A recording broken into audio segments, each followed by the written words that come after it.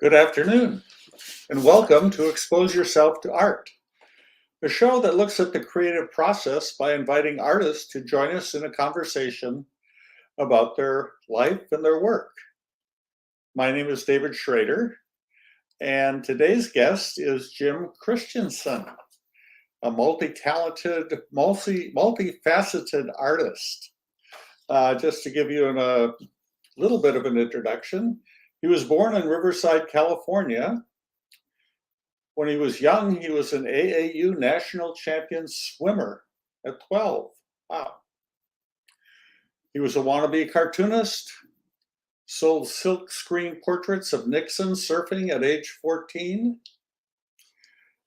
moved to Modesto in, what do we have here, 1977, and has continued to record things from around town, write articles for Modesto View magazine, newspaper.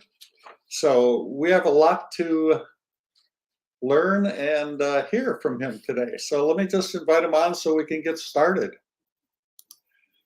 Welcome, Jim. Hi, David. Today. So I just started reading some of your history. Maybe we can start with that. You were born in Riverside. Yeah, And Riverside, California. Yeah, my parents moved to Riverside. Where Palo Alto is where my father's family is from. My mother's from Oregon.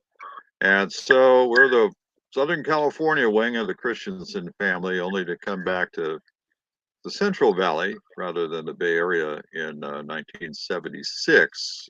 But I'd already been here working summers for my uncle in 1971. And so I tried to escape them. They came here. I ended up in the family business. And, well, I thought I was in exile for a while, coming from the bustling Inland Empire. And I've been here now 45 years as a regular resident. And it's been a good move for me. well, let's go back and get interested in art. I was always interested in art. When I was a little kid, and I'm the oldest, my family never censored any books. So they had some books from the National Gallery of Art in Washington. So I got fascinated by all that when I was really a little kid. We had a locomotive down at the local park. I was totally enamored with trains and in fire trucks. So that's what I drew. And I was kind of left-handed ambidextrous. And so in the second grade, on the way to second grade, I will break my wrist, only I thought I sprained it.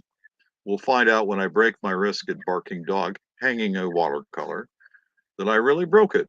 And my mother, with some memory issues, has been able to confirm that's what it is.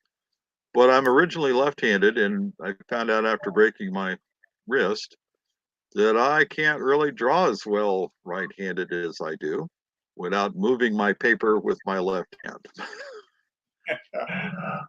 And I was in the middle of a mural, much like the one at Trezetti's. At the time, I had the last two characters to do it. So having to hold my wrist up, I took my elbow and moved my canvas. Wow. So you said you didn't study art in high school.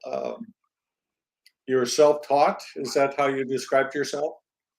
I would say I was self-taught by I was really good at doing all the art stuff in elementary school and school projects like the plays.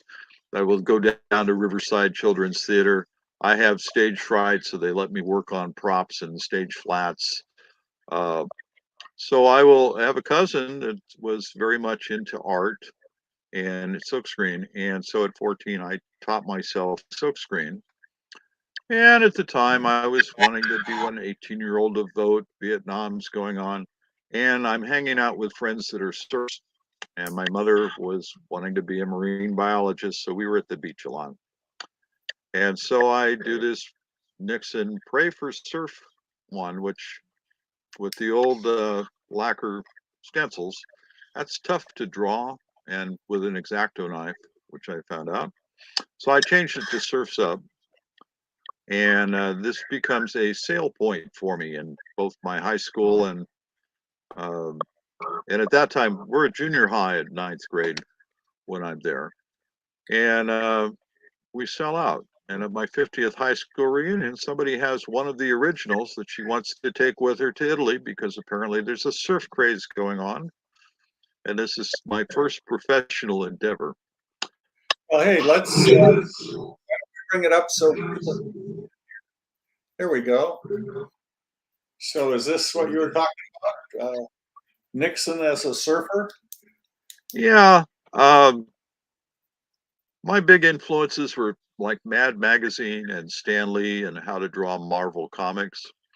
So I probably borrowed from one of the literature cartoons out there. Maybe her block could be somebody else like Paul Conrad. Borrow Nixon, give him a surfboard, knowing he'd been in the Navy, and less controversial, so Nixon fans and detractors alike could buy it. If you were into surfing, well, that made a difference because there was a surf shop near Newport that would sell it for me. And I got $1 a piece. So for me, starts the idea that I could sell art, not just create it. And it's kind of crude. All I've got left is the template. I don't have any of the actual printed ones. Uh, So so you that's did. my revised version from 1970. Oh, okay. So how old were you? You said when you started this and when you sold it, you were in high school. Well, This- I'm in ninth grade, 1969. My birthday is in October, so I always have to remember when I turn 60, and I'm 15 most of the year. So when I'm uh, 15, 1969, for 10 months, I'm 14. And this will also be the same year I start life drawing because I wouldn't take art in high school, but I'd been at the Riverside Art Association, and I thought it was a lot of still lifes until I got to class. And that was the last week I was 14. And I've been drawing life drawing classes ever since, 54 years. Oh, so you started out saleable artist. That's what most people hope they end up as, and you started out that way. That's wonderful. Yeah, it was a long time though before any of my cartoons get published after that or sell any paintings. But I did have some success in being recruited uh, to start doing ad copy when I get to UC Riverside. So, like, what do we have here? Ah, there we go. So, is this one of them? One of your Well, I ads? can't. Back on my screen, I'm black, but I presume it's the substation black T-shirt. Yes. Now that has been used since 1974. It was a place where I used to go create the ads for the UCR Highlander, where I was both graphics editor and managing editor. And they've been using that, well, since 74. It's still a T-shirt, and they were celebrating their 50th year this year. And so they have a colorized version, but it's been a successful to see something I created that's still in use commercially all these years later. And it's one of the venues that hasn't closed on me.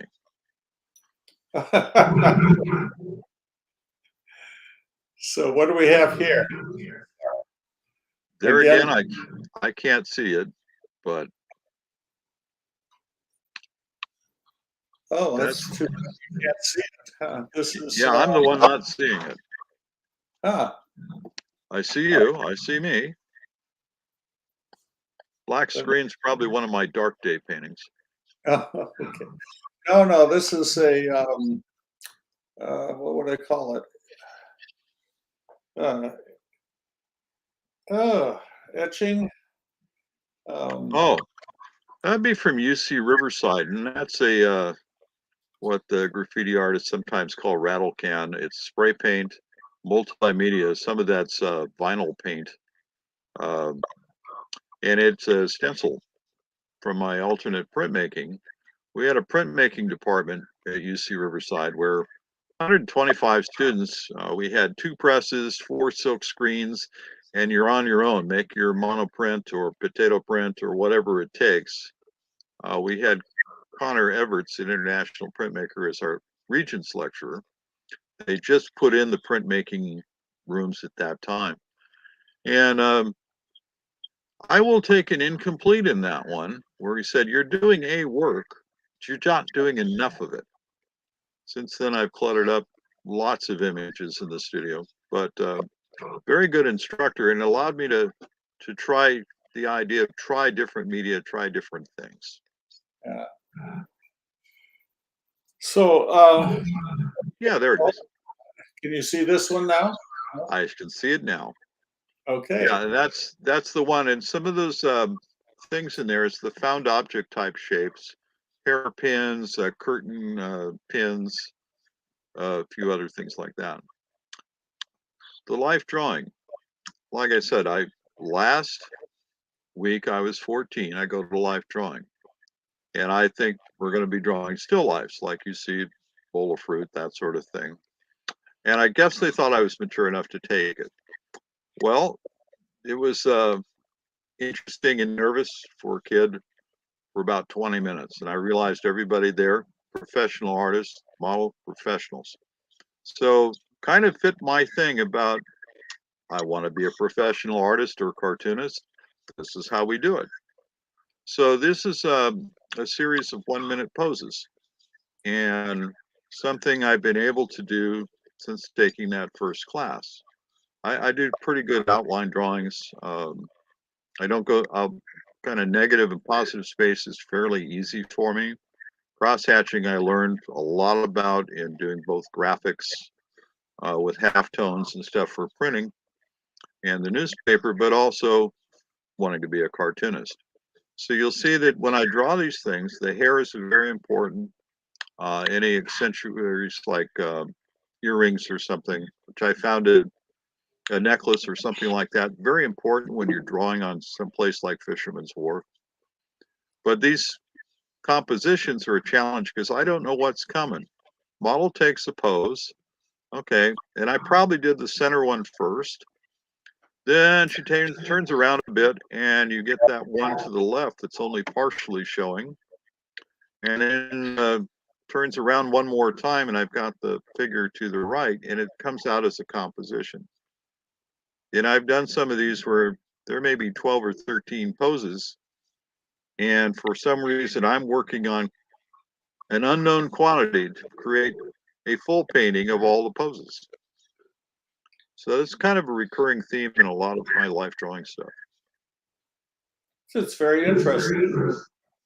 Yeah. It also increases your speed. And one of the problems I have with pencil is it's too slow. So I use Sharpie, which also taught me you got to learn how to draw out of the mistake. It's in ink. Yeah. You mentioned being a cartoonist. Interesting. So I have a series of your cartoons here. Yeah. Can you see this one? Man's Head In? Man's Head In is a pun we had. I used to draw at minis, a lot of sweet and sour pork cartoon type things. And the idea of Man's Head In, you always had the roast, Clint Eastwood and the Boar's Head In and Carmel. Well, this is kind of a takeoff, only it's the 3 little pigs at the man's head in. And I just thought the guy with the apple and the pigs having a great time was worthy of a cartoon. Now it gets used. Some of these cartoons are printed. Some of them I collect my large stack of rejection slips. But that was the basis of this one. Okay. This one was more to understand. Must be pawn shop. Pawn shop, yeah. Okay, my brother, at the same time I get to go to life drawing, or as my mom says these days, CPS might call on her. My brother, who is almost 2 years younger, is out as a professional chess player. And Pawn Shop made it into not the cover. Fighting Chess is the cartoon that makes the cover of Chess Life, the official United States Chess Federation magazine, and considered a good hit. They pay you. But Pawn Shop made a special spot in there, and I've used it for homeless advocacy. But it's also currently at the where my brother lives in Cambridge. It's at the Boylston Chess Club, and it's the second oldest chess club in the country. And my brother is in American Chess Hall of Fame. Been a world-class player since he was 20. Grandmaster, never an international master. He still plays today. 66. He's talking about retiring, but he just finished in a playoff for the U.S. Senior Invitational Championship, where he tied. He ends up second, but he was in the playoff, and he's been U.S. champion 3 times. Oh. So Mom says, yeah, I let him go out with those nerds who have these horrible jalopies, and maybe he comes home or they run out of gas and I go rescue him, or I let you go to, deal with what you're doing in art. And we combine from time to time. And so I have chess books I've done with my brother where we have a pawn as his logo because he didn't like the stereotype black knight or queen or bishop or rook or a logo. We came up with the pawn. And because he's my little brother, who's 4 inches taller than I am, pawn seemed to suit the sibling rivalry. But he made me an international chess cartoonist. Yes, it sounds like a very talented family. Yeah, he's pretty good. He just got my coffee cat mug for Christmas and a calendar. One of yours, yeah. So can you see this one? This was the dogs. Oh, lawyers. Hanging out at Minnie's and being downtown where the attorneys often met on Thursdays. John Whiteside, who became a judge, but also Carl Ulrich and Richard Anderson, who had been my attorneys, would be sitting there talking over legal issues of one sort or another. And it seemed like they were lawyers fighting over a bone. So I drew it one day on a bar napkin at Minnie's. I'll redraw it, and it gets published somewhere in the Midwest. Been a while ago, so I have not the best records left of where some of these things were printed, and I don't even have the wonderful stack of New Yorker rejection slips I got. But at least it showed I tried. And so these are all efforts of things I tried. Some of them did get published or used in an ad. Again, the lawyer thing with the crocodile. Well, it's my attorney, Richard, and it seemed like we're Dodger fans, so we're kind of mean anyway. And they go down to Vero Beach, Florida. And so professional courtesy, he's got to cross the river. Well, he can't be late for court and he can't get wet. He's a snake or a crocodile or a vulture, depending on what you think of attorneys. So professional courtesy.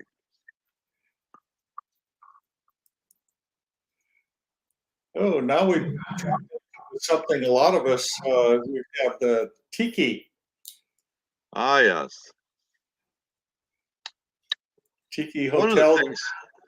One of the things in Modesto that obviously I've been part of, both music scene, bar scene, and so forth in Modesto. The wine frogs that I do, I started back in the Riverside Museum doing scientific illustration. So a certain amount of realism in all that. When you're doing brown spotted frogs, you're dissecting, it's supposed to look like it. Once in a while, because I've also been a builder and interested in architectural stuff, I do remind people I can do some sort of realism, which includes the car place next to the tiki. But Mitch Massetti was a good friend of mine. It's where I meet him, and he had a whole collection of my bar napkins there. And so palm trees are a big part of Riverside, California. Well, Tiki's got all those darn palm trees, and I thought I'd make as realistically as I could a McHenry Avenue scene of Modesto. Well, here's another Modesto. You have a number of them from Minis. As you said, you would sit in Minis and draw cartoons or pictures on the napkins. Well, when I Minnie's is the first Chinese food place I go to at Modesto. With my uncle, I don't know, 1970, probably the first time I go there or the vintage. And I will learn to meet up with Peter Ma and his brother Stuart and the rest of the Ma family. And it just became a friendly place to be. It's like Cheers, only it's Minnie's. And we'd sit at the bar. I have stuff where we have Minnie's before the bar was remodeled, before they do the patio remodel. And that was a place, because it was close to where I lived, that I would go and draw on the bar napkins, which was a good way of doing conversation. And of course, they saw the sweet and sour pork thing, seemed like a dumb idea for a menu that appealed to Peter. And so, I found that drawing on bar napkins is usually good for a burger and a beer or something almost anywhere I go. Certainly worked also in San Francisco. So the mini series is important to me for my friendship, for my good friends, Peter and Stuart, is that that was the first place I ever got a chance to show my art as a solo artist.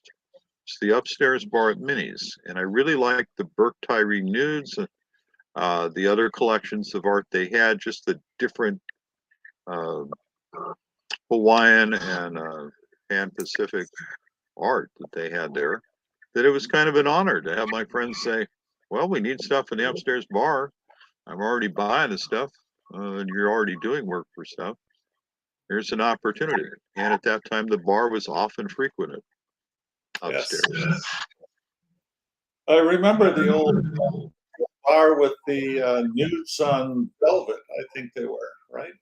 Yeah, and they had that at Tiki, and that was Burke Tyree out of Stockton. Many of those paintings were of his wife, um, but that was part of the Polynesian tradition of tiki bars. And Minnie's and Tiki, of course, qualify as historic tiki bars at the 209.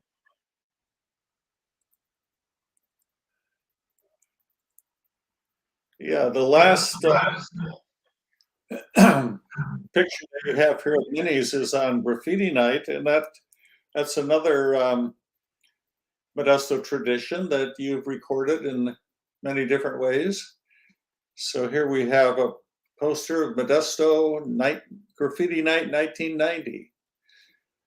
Oh yeah, did a series of graffiti night T-shirts and posters starting in 1989 for Minnie's. We also had with Ron Streeter a bumper sticker called trying to work with language double negative. Cruising ain't no crime, because of the cruising ordinances that were coming in from the police department. So I have one of a crowd of people on the side of McHenry that we do as a separate T-shirt, but it was Minnie's related to Minnie's. We have the rubber duck and various aquatic parts, an octopus, I believe, in the Cruise and Minnie's recap, which was all in boats, so we had flooded. So that was a whole sequence of them what we did. People still have those T-shirts from time to time. The last one I did of Minnie's, because I always got stuck doing it at the corner, basically, of McHenry and Needham, and have to do the front door. Well, people went in the front door. The last one I did, though, is the back door, which most people think of as the real entrance to Minnie's. Yeah, it is. So next one you have up here is, what is this, Audrey Hepburn? Audrey. Yeah, that's a portrait I did for the West, who wanted a recap of the oil Sharpie mural I have at Trezetti's. And this one is now in its classic Hollywood frame that somebody gave to me. But that's on the actual house paint in their pool room. And what they wanted was, let's say the neighbors came in as a 60s party, do it in your cartoon style, where it doesn't have to be exact, but it has some of the attributes of the Minnie's or the Trezetti's Sharpie mural. Well, there were people, when I got the order from Mitch Massetti to do Trezetti's, just random bar scene. And Nikki West is doing a lot of the stuff. And Mitch had been a painter, and I'm using oil Sharpie, and I don't usually draw on like an easel, and laid it out. And I just started drawing freehand stuff. And some of the people maybe I saw at Mardi Gras or Fat Tuesday parties or something else that went on there. But I had people recognize themselves that I didn't know I drew. I always say I do. So the idea was we have two different people that might even have the same name have identified themselves with the same painting, but they're different heights and they're different people. Well, I have somewhere, well, it's Andy Warhol or Paul Kantner, depending on which year and which version of their haircuts they have, are kind of the same thing when you're doing black and white as a cartoon caricature. So I have somewhere you could, make the hair a little longer. Well, it could be Tom Petty. So I have some of those things too. But Audrey was one of the tests because that was one of the requested 60s characters. So this is from Breakfast at Tiffany's. And this is the test panel for a mural that's a triptych. It's in the house. We had a 5-foot wide canvas, and it's we made the clearance by an inch. And I had to lay it out. But it has all these characters, including George Jetson. I had to put the George and the penguin went in after I broke my wrist, and I just finished Neil Armstrong. Okay. So Paul Kantner, we got 2, but not 3, not 4 Beatles. We have different other characters, all from the 60s. Well, next up we have Fat Tuesday poster, Tricetti's. Yeah. And this leads into Mitch is very big on Mardi Gras. And so they had the Fat Tuesday stuff. And it started with Michelle Barton was the original artist for it. And they needed somebody to fill in. So I started doing them. And I probably, in 16 years or 14 years, I think I did 20 years worth because we'd fill in some of the places that they didn't have the Fat Tuesday painting poster. So they start off kind of built on Michelle's concept of doing it. And then it's just, I've been studying Mardi Gras. This will lead to a series of jazz paintings that I will end up, I've yet to get to New Orleans, but my art made it. But part of the reason it made it is because when I did the jazz series, I'm kind of into Dixieland jazz. I used to go to the, where Seasons is now, when it was the Elks Club, to the Dixieland Jazz Club, and hear all of that stuff. And so the musical themes in my art come from that. And so I like Cajun food. I like the whole Mardi Gras theme. So when I get around to doing a jazz series, well, I've got to have Mardi Gras type funeral dirges and Louis Armstrong down the street type of thing. Louis Armstrong's back in the Audrey Hepburn menagerie for the pool scene.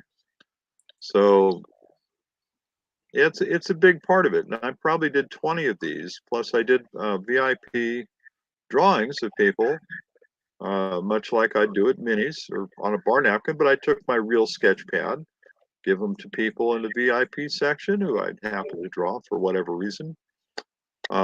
This is very similar to, I used to draw Fiddler's Green and on the wharf at San Francisco and Ghirardelli Square. And that led to drawing on bar napkins. I ended up at O'Reilly's Irish Pub with some of my alternative printmaking. And that's where they had the printmakers meetings in San Francisco, down by Washington Square. So some of these things, it seems like I'm always eating or drinking and drawing. Life. So next up, I have this series of, as you said in your bio, you have 50 some years of life drawing, figure drawing, life drawings. So here's a series of drawings, paintings. Can you see them? Can you see this one that you You have up? haven't moved up from Trizetti's yet for me, but Oh, now the life drawings, I've got lots of them. I mean, 54 years, once a week, many years, not every year, but I often down to life drawing. And I will say one of the things I learned, and this is important for a class I'll teach to after school kids, I have posed.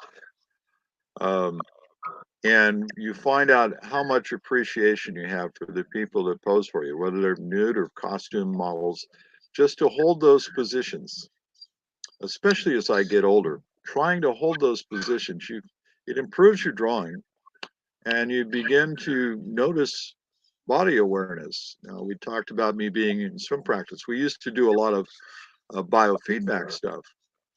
Well, I had a group of kids that were kind of interested. So I said, well, let's play charades, imitate riding a bike. Get the 1 foot up on 1 foot, and you're going to press down on that pedal and you're going to hold your arms out. Now hold that for 5 minutes. If they get through a minute, they're good. But it does make your awareness of it. One thing I'll say about life drawing and my aspirations to be a cartoonist, you can't really abstract or simplify the figure unless you have an understanding of how the figure works. So the anatomy and figure drawing practice has helped me both in abstract painting and creating art, but also in sharpened my cartooning. And if I cartoon too much, I got to get back to life drawing, get a little more realism. And if my life drawing looks too cartoonish, then I need to go back to cartoons and straighten that out. okay. So I'm going through this series, your live drawings here, until I get to, for me, it's one of your more, well, it's one I was aware of, as I would say, one of your more famous ones, where you illustrated, a book of poems by Gordon Preston. And the yeah, title of the picture is Woman Nakedly Painting Flowers, Drinking Wine. which of course is a good poet. Gordon Preston edited. The original comes from a collaboration phone call on Facebook or messages. My friends Nadine Barrett and Michelle Weber. And we were talking about a concept I have of a woman painting her flowers, not, actually putting paint through her flowers to color them in. So it's woman painting, nakedly painting flowers in her garden, drinking wine, because we went through the whole detail of where is she, what color hair, what kind of flowers, where is she actually at? Is she on her porch in her gate? She's in her garden. What's she wearing? Naked, of course, because they've all been life drawing artists as well.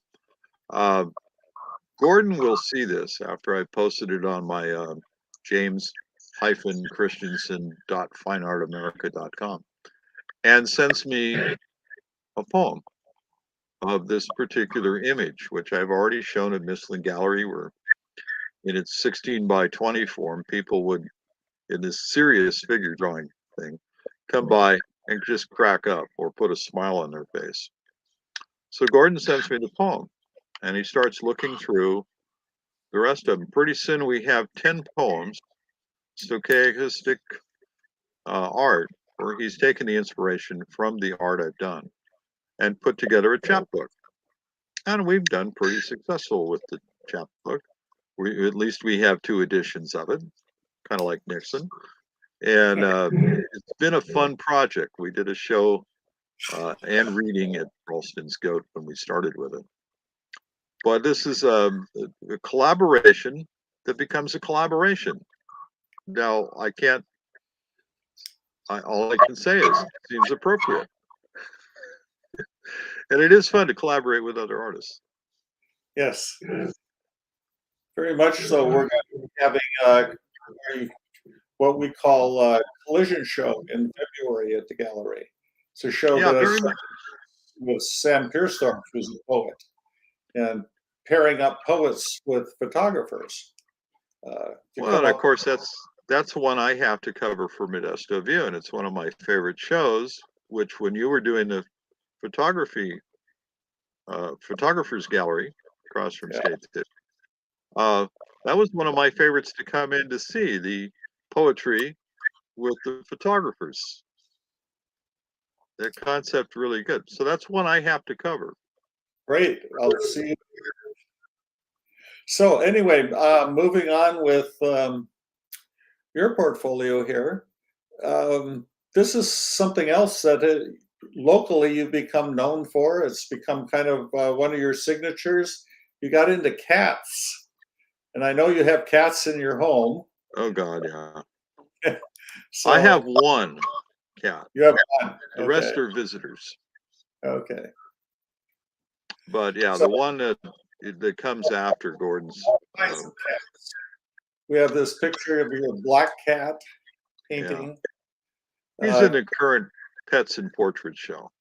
Okay.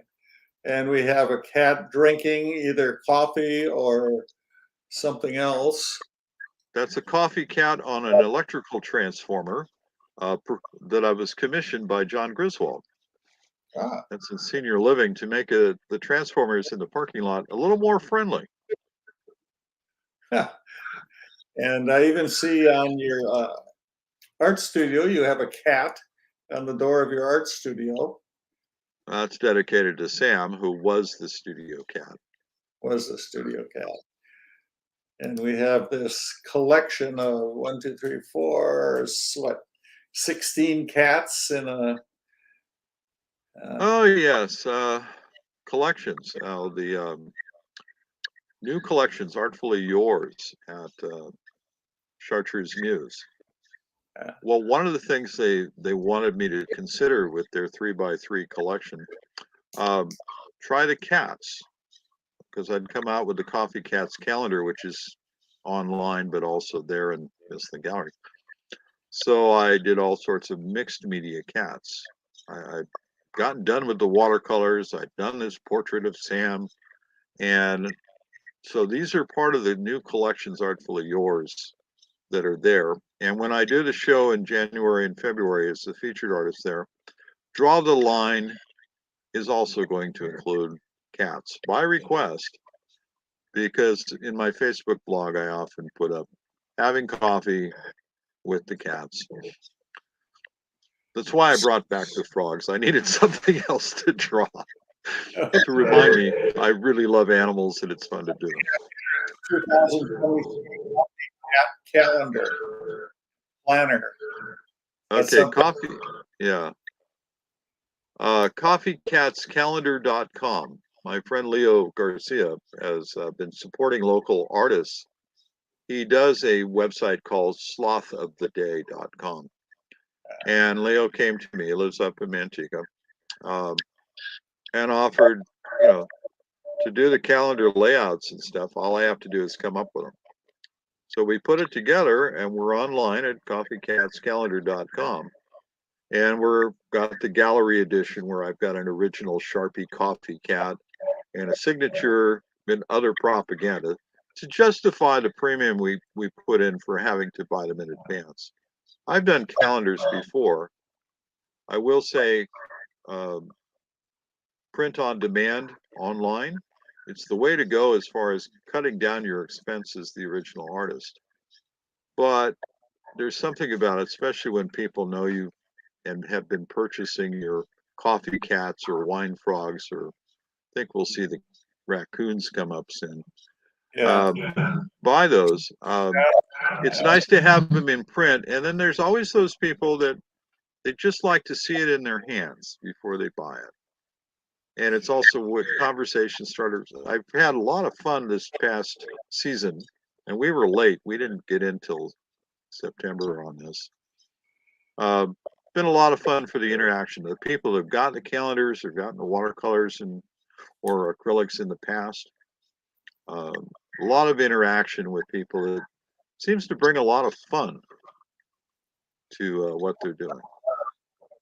We don't have a calendar. My wife did buy one of your cat portraits, which hangs in our bathroom right now. And it's a joyful little piece. Makes her happy. that's what it's about.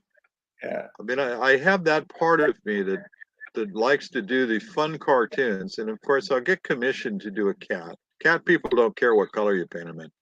The dog better be more like their dog to really make the sale. But I find that people that are into animals and stuff, there's a lot of fun to them. It's just like having the pet themselves in some ways. But So here's some activities we talked about that I have up here. Is there? I see the calendar. I've seen them before.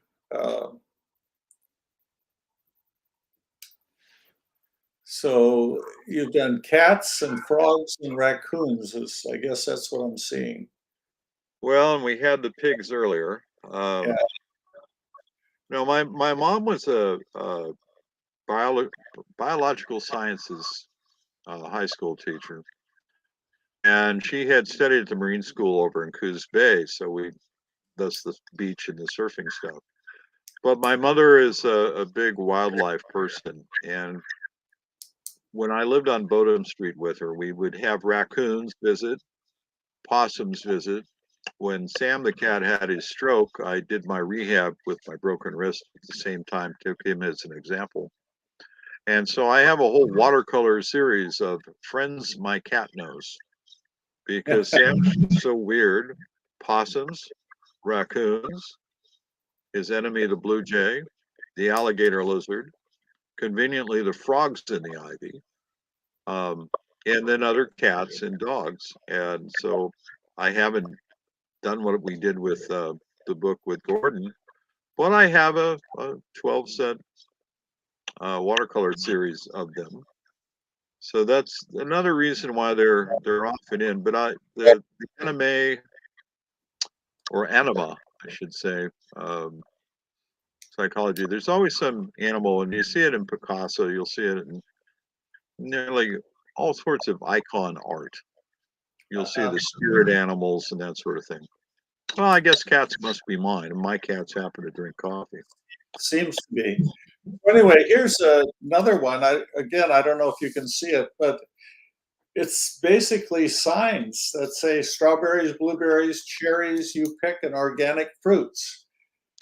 And Well, this is part of the Riverdance Farms Pick and Gather, where I got to be volunteering for it by doing a watercolor painting for them in 2008 when I was doing the State Theater as doing their part of Art Walk. Well, that's an organic farm, 74 acres. It's down in Livingston, pretty easy. They found out I knew a lot of musicians. And so I also set up and worked a lot of art festival stuff before. So from simple art vendor, I now run the stage and help with the coordination of the festival every year called the Pick and Gather. And so the signs are hand done out of repurposed wood or cardboard, or, we try and make it organic. So we try and get as non-toxic a paint as we can get. But every year we put together stuff, and it's expanded. So we now have a fall season of You Pick. And so there's like 100 and some odd signs every time we do a festival, and they're all hand painted because Cindy had that interest, kind of the idea of handcrafted. So that's how we do it. And so they go up on the fence, and it's been one of the more successful things because the logo painting is probably my most visible online when I look myself up. And that one, unfortunately, burned up with their house this past April. We went on with the festival too. So um, I've done a lot of things down there, but it's a very special place for me. And so I work with them on graphics, and we're working with Barn to Door and things with the website now. So that's something that art expanded into a bigger enterprise for me. And includes my interest in music and organic farms. I did cartoons and posters for the UC Riverside Recycling Center when I was, again, 14. So I'm jumping ahead here. We have I'm trying to look for something here. Now, Here they are. Your, okay. can you see that? We have your skeleton band. Okay, that's from the jazz series, and I think it was UOP that was putting out invitations. I gave them the invitation. These are oils that I did originally, and I got turned down, rejected. But Jamie Deverly comes along, and he really likes them because I'd been down to UCLA, and I'd recently come back from Boston to see my brother at the Museum of Fine Arts, and I've always been interested in antique instruments. So Jamie will have seen this same thing, and he gets it because he's a trombone player. Okay, this is like the funeral dirge in New Orleans. You go to the funeral sound and so forth, and then you do the big celebration parade away from the graveyard, the idea of then doing a cellar jam. Well, you're down in the catacombs in New Orleans. So he commissions me for number 13, and that becomes Orchestra Dharma's Le Clave del Gumbo CD cover. And so his is number 13 because but it's the only one that's 20 by 20. So I had to tell him, you're a great musician. You've got Pacific Mambo Orchestra with an actual Grammy Award, but CD covers are square. So we did that as number 13. So out of this, I posted it, and I get contacted by Liz Cantar at Degas Gallery in Louisiana. And I had just sold or given away to a friend of mine um, the live jazz painting. But she loves it, and they wanted something for the gallery, and the local artists weren't doing things like flambeau or a number of the other old traditions. So, having studied under Trezetti's and Mitch Massetti for Fat Tuesday, I said, "Well, I've sold that one. How fast do you need them?" And I had them shipped out in 5 days, and they were there in the art district, which is not on, I believe it's Julia Street, and it's not far from the Bourbon Street. And they were there through Carnival, through Mardi Gras, up for a year and a half, and got a lot of good response on it. So my big thing now is to actually go to New Orleans and see what that was all about. So sometimes failure works. Come up with a success that you don't expect.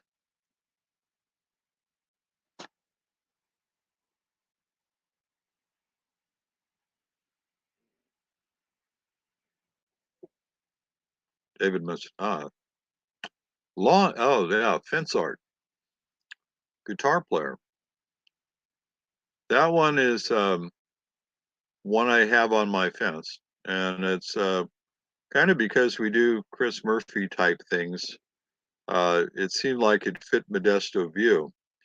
But the other thing is doing my house here on Olive Avenue in the alley. I kind of did my patio cover and everything to be kind of a music art venue. So this is part of my art garden series.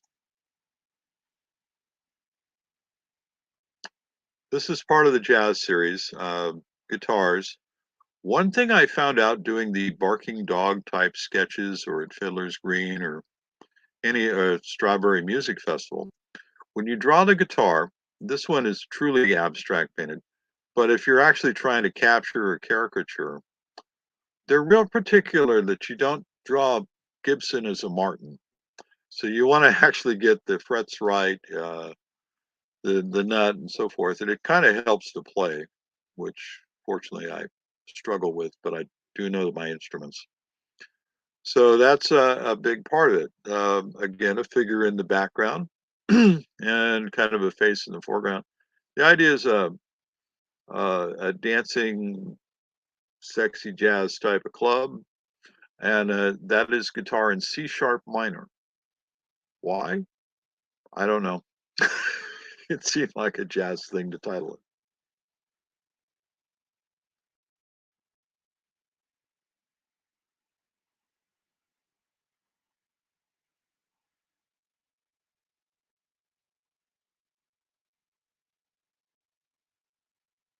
But that gets into some of the abstract stuff I do, which is more common than not when I'm painting.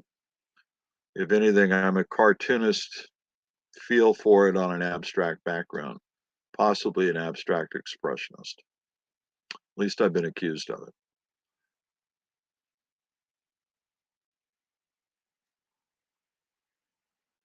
That one is do a lot of things in Yosemite, and that was kind of doing the dark forest thing and see how it worked with inks and watercolors.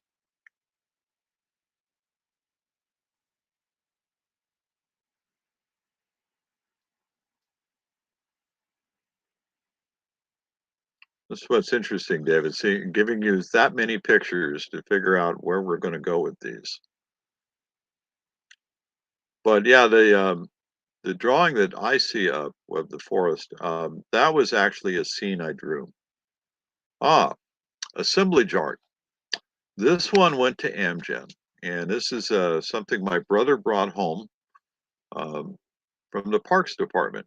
This used to be a pool sign for artificial respirator or something like that, and I make it art is allowed. Put a genuine bicycle rack on the back with the reflector.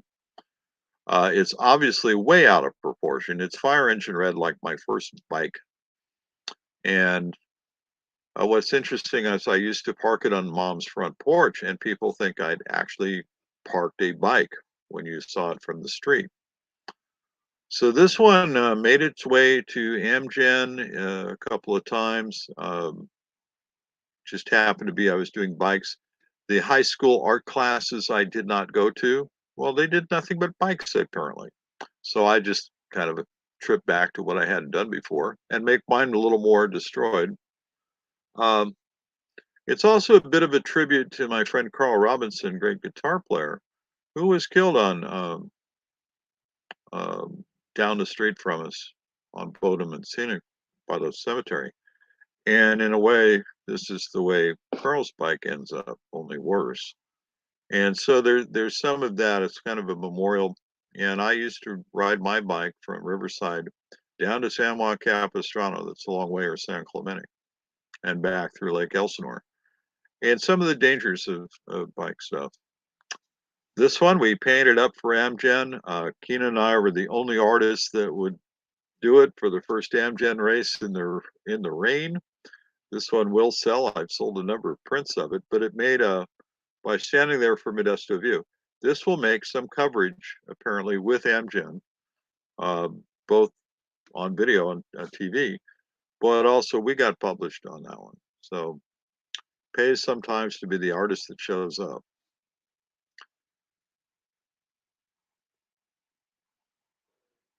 Looks like we're getting into garden art. I've been working on my house as the art garden. I moved back in after we sold my mom's house.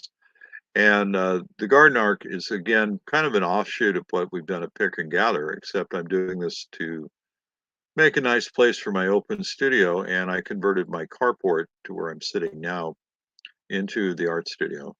And outside with the patio in my one bedroom house, the idea was to make a driveway yard into an art garden. So I've got a big bench and it's all out of recycled materials. One side is a 4x6 post, the other is a 4x4. The birdhouse just happens to be something that worked out on a way somebody had it cut and the way the knot hole was in it. So you paint it up and put the murals. Sam the black cat is a little on the left panel, and those fold so we can have shade or cut the sun out. But it's one of my mom's favorite places to sit, and certainly the cats, especially the visitors, love that spot for sun.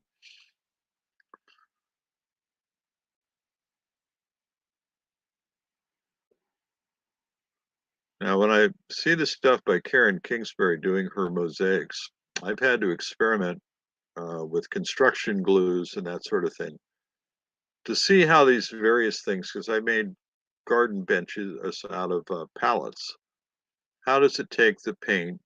How does it wear? And when I glue the blocks on, um, I found that I was using glue that works great in heat. I did not count on Modesto freezing, which it does from time to time. So I've had to change some of that. So some of this is a learning curve for me with trying new materials and doing different things.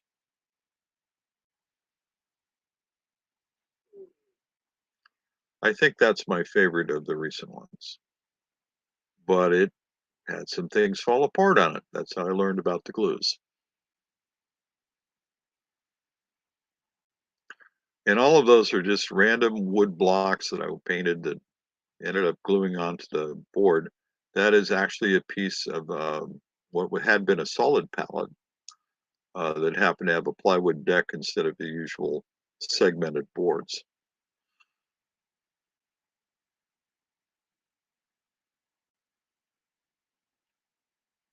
I'm also accused of using a lot of color,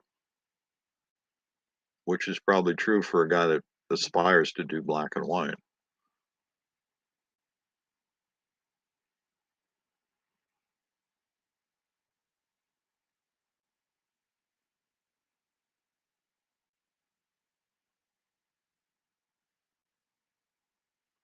The latest one. Now, this is a new species of frog. This is the coffee frog, new hybrid, because the wine frogs have been very popular and the coffee cat's there. I just thought for once, have the frog hold a coffee mug. And this will probably be in the new show that's coming up. This is on spray paint. That is oil Sharpie. Um, you get the gradients, is what I learned from doing etching, where you take the resin and try and make the spray in such a way that you dip it in the acid. So some of the effects I get in the backgrounds is because the paint's mixing itself. And this is not that different from what you see a lot of our graffiti artists do in murals. That's ode to more realistic frogs. I screwed it up putting the metallic paint to it. But that was more like the brown spotted frogs I started with in the Riverside Art Museum basement, doing scientific illustration. That's why I always have those three toads in the front. Many frogs have four toes or more. And once in a while I draw tadpoles.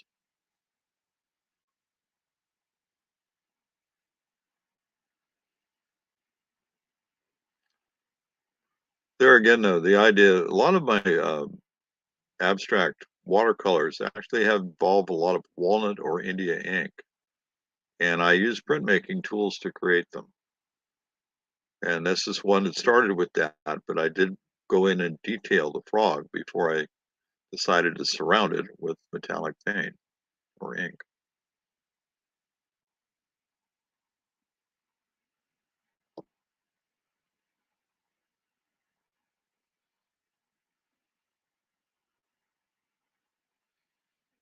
And that was part of an 18 by 24 sheet. And because I didn't like the way some of the other frogs looked together, I cut it into quarters.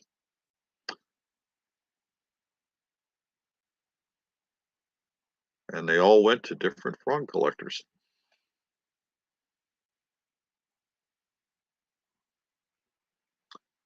Ah, Boylston Chess Club got one of the jokes for my brother. I put these things on coffee mugs and things like that. Now, for Larry, when Natasha, my sister-in-law, became president of Boylston Chess Club, and it was one of Larry's birthdays where I think he'd made American Chess Hall of Fame, I sent to Boston every conceivable Vistaprint product with the pawn shop on it, celebrating my brother's entry into it as the pawn of choice as three-time U.S. champion. And he likes tomatoes.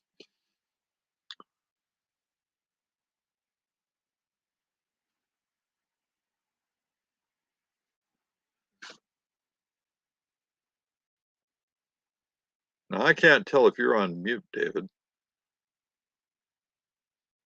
which I think you are from the way I see it. Uh, hear me Oh, now? yeah. Yeah, it seems like we've had some, technical sync problems here with echoes and you not being able to see something. And I thought you did an amazing job picking up on the stories with just simple descriptions. So I really appreciate the journey through your art. I mean, Well, it's been amazing. It's been wonderful, a wonderful trip for me. So, well, I appreciate it, and I've always enjoyed you coming by for Open Studio, which was the picture of the shaven me that we used in the promo earlier. Um, I will say more people can see the other things I do, which is one of my big appreciations for Artist Open Studio, which will be April 15th and 16th. And that has always been my big push for people to come visit us, because you get a chance to see what else we do than we don't have room to put up in a show in the gallery, right. and get a chance to talk and get interaction. Well, our time is up. So I really appreciate having you on the show and going through your portfolio. It's a never-ending story. I don't know what else to say. You know, it goes in wonderful directions, and they're all interesting. So, There are too many stories and too much here, so I'm a fire trap. But thank you for having me on, David.